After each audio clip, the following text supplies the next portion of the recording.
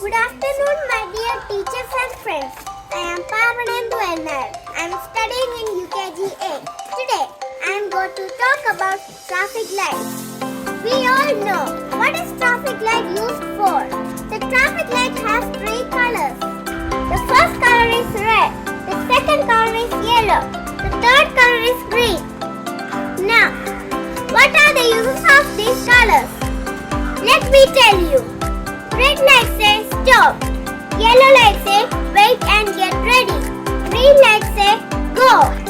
Now, let us sing a rhyme to understand it easily. Red light, what do you say?